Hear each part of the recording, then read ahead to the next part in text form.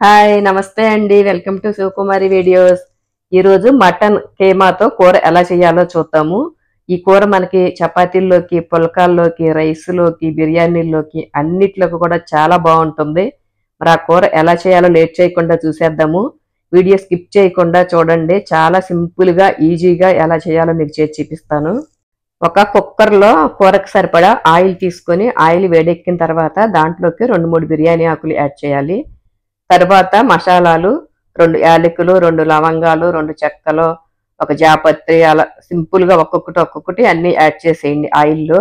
అవి కొంచెం ఏగిన తర్వాత ఇప్పుడు మనం ముందుగానే ఉల్లిపాయలు కచ్చాబిచ్చాగా పేస్ట్ చేసుకొని ఉంచుకోండి. కూరకు సరిపడా మీడియం సైజ్ ఉల్లిపాయలు 2 గాని, 3 గాని మీ టేస్ట్‌కి తగ్గట్టు తీసుకొని కచ్చాబిచ్చాగా పేస్ట్ చేసుకొని ఆ పేస్ట్‌ని ఆయిల్‌కి యాడ్ చేసేసి కొంచెం పచ్చి వాసన పోయే వరకు ఏగనివ్వండి. తర్వాత కొంచెం పసుపు యాడ్ చేయండి. అలా పసుపు, ఉల్లిపాయలు కొంచెం ఏగిపోయిన తర్వాత ఇప్పుడు ముందుగా చేసి ఉంచుకున్న అల్లం వెల్లుల్లి పేస్ట్ ఒక 2 స్పూన్లు యాడ్ చేయండి.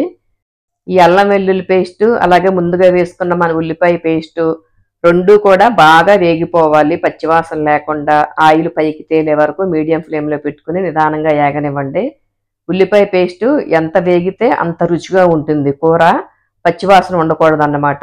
అలా పూర్తిగా ఏగిపోయిన తర్వాత ముందుగా శుభ్రం చేసి ఉంచుకున్న కీమాని కూడా దానికి యాడ్ చేసేయండి. అలా యాడ్ చేసి మొత్తం బాగా కలయి తిప్పుకోండి. ఆ ఉల్లిపాయ పేస్ట్ అంతా ముక్కలకు పట్టేటట్టు బాగా పైకి కిందకి కలయి పెట్టుకోండి. పైన మూత ఏమీ పెట్టకుండానే అలాగే ఉంచి మీడియం టు హై ఫ్లేమ్‌లో పెట్టుకొని కూరని అలా ఉడకనివ్వండి.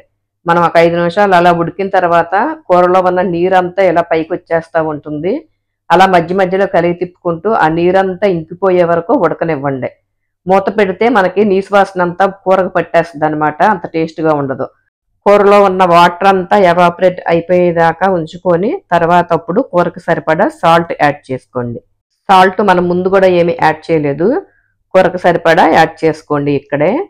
తర్వాత కూరకు సరిపడా కారం కూడా యాడ్ చేసుకోండి. పచ్చిమిర్చి కూడా ఏమీ యాడ్ చేయలేదు కదా! కారం కొంచెం ఎక్కువే పడుతుంది. ఓన్లీ కారమే వాడుతున్నాను నేను. పచ్చిమిర్చి ఏమీ వేయట్లేదు. అలా ఉప్పు, కారము యాడ్ చేసిన తర్వాత బాగా కలయి తిప్పుకొని మరలా ఆయిల్ పైకి తేలే వరకు అలా నిదానంగా మీడియం ఫ్లేమ్‌లో పెట్టుకొనే ఉడకనివ్వండి. మొత్తం ఆయిల్ అంతా పైకొచ్చి ఆయిల్‌లో కూడా కొంచెం సేపు ఏగాలన్నమాట కూర. ఇలా ఉప్పు, కారము యాడ్ చేసిన తర్వాత కూడా కీమాని కాసేపు అలా యాగనిస్తే కూర చాలా టేస్ట్‌గా ఉంటుంది. అడుగంటకుండా కాసేపటికోసారి కలయి తిప్పుకుంటూ కూరని వేపుకోండి. అలా మొత్తం ఆయిల్ అంతా పైకి తేలిన తర్వాత ఇప్పుడు ఒక 2 మీడియం సైజ్ టమాటా ముక్కలను యాడ్ చేయాలి.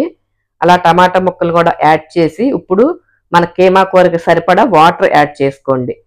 ఆల్మోస్ట్ కీమా ముక్కలన్నీ మునిగిపోయి కొంచెం వాటర్ పైకి రావాలన్నమాట. అంత వాటర్ యాడ్ చేసుకోండి. అలా వాటర్ యాడ్ చేసుకున్న తర్వాత ఇప్పుడు కుక్కర్ మూత పెట్టేసి ఒక 3, 4 విజిల్స్ రానివ్వాలి. కుక్కర్ మూత పెట్టాక కూడా మీడియం ఫ్లేమ్‌లో పెట్టుకొని విజిల్స్ రానివ్వండి.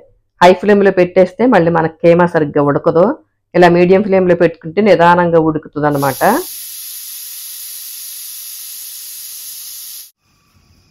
అలా 4, 5 విజిల్స్ వచ్చిన తర్వాత స్టవ్ ఆపేసి చల్లారనివ్వండి. అలా విజిల్ వచ్చిన తర్వాత మూత తీసి కూర ఉడికిందో లేదో చూద్దాము. ఎందుకంటే మటన్ త్వరగా ఉడకదు. కీమా అయినా సరే కూడా మనకి ఎక్కువ టైమే పడుతుందన్నమాట. ఒకసారి ముక్క ఉడికిందో లేదో చూద్దాము. ముక్క ఉడికిపోయింది. మెత్తగానే అయిపోయింది కీమా. ఇప్పుడు కూరలోకి కావలసిన మసాలాలు యాడ్ చేసుకుందాము. 1 స్పూను ధనియా పౌడర్ యాడ్ చేసుకోండి. తర్వాత అలాగే 1 స్పూను గరం మసాలా పౌడరు. నేను ఎక్కువ మసాలాలు యాడ్ చేయట్లేదు. కూర కొద్దిగా సాఫ్ట్‌గానే ఉండేటట్టు చేస్తున్నానన్నమాట. మీకు ఇంకా మసాలా బాగా స్పైసీగా కావాలంటే ఇంకొంచెం మసాలాలు యాడ్ చేసుకోండి. మసాలాలు కూడా యాడ్ చేసిన తర్వాత లో ఫ్లేమ్‌లో పెట్టుకొని ఒక 4, 5 మినిట్స్ అలా స్లోగా ఉడకనివ్వండి. మసాలాలు కూడా పచ్చివాసన పోయి కూరకు పడుతుందన్నమాట. అలా ఉడికిన తర్వాత కూర మనకు దగ్గరికి అయిపోయి చిక్కగా అయిపోతుంది. ముందే మసాలాలు యాడ్ చేసుకోకుండా ఇలా లాస్ట్‌లో యాడ్ చేసుకుంటే మనకి స్మెల్ బాగుంటుంది. టేస్ట్ కూడా బాగుంటుందన్నమాట. ఇంకా లాస్ట్‌కి కొద్దిగా కొత్తిమీర యాడ్ చేసుకుంటే మన కూర రెడీ అయిపోయింది. స్టవ్ ఆపేసి సర్వింగ్ బౌల్‌లోకి తీసుకుందాము. కూర చూడటానికి చాలా బాగుంది కదా! నాన్ వెజ్ తినే వాళ్ళకి ఎవ్వరికైనా సరే ఈ కూర నచ్చుతుందండి. ఈ స్టైల్‌లో ఒకసారి చేసి పెట్టండి. ఈ కూర టేస్ట్ అంతా కూడా ముందు మనం కూర ఏపుకోవటంలోనే ఉంటుంది. మనకు ఉప్పు, కారం వేసిన తర్వాత కూరను మనము మీడియం ఫ్లేమ్‌లో పెట్టుకొని ఎంత బాగా ఏపుకుంటే కూర అంత టేస్ట్ వస్తుంది. అక్కడే ఉంటుంది కూర టేస్ట్ అంతా కూడాను. కర్రీ నీచు వాసన లేకుండా టేస్ట్గా చాలా బాగుంటుంది. మనం దేంట్లో తిన్నా కూడా రుచిగా ఉంటుందన్నమాట. ఈసారి మీరు ఒక్కసారి ఇలా ట్రై చేసి చూడండి. మీకు ఎలా వచ్చిందో కామెంట్ సెక్షన్లో కామెంట్ చేయండి. మీకు ఇలాంటి మంచి మంచి వీడియోల కోసం శివకుమారి వీడియోస్ ఛానల్ని లైక్ చేయండి, షేర్ చేయండి, సబ్స్క్రైబ్ చేసుకోండి. మరొక వీడియోతో మళ్ళీ కలుద్దాం. Thanks for watching.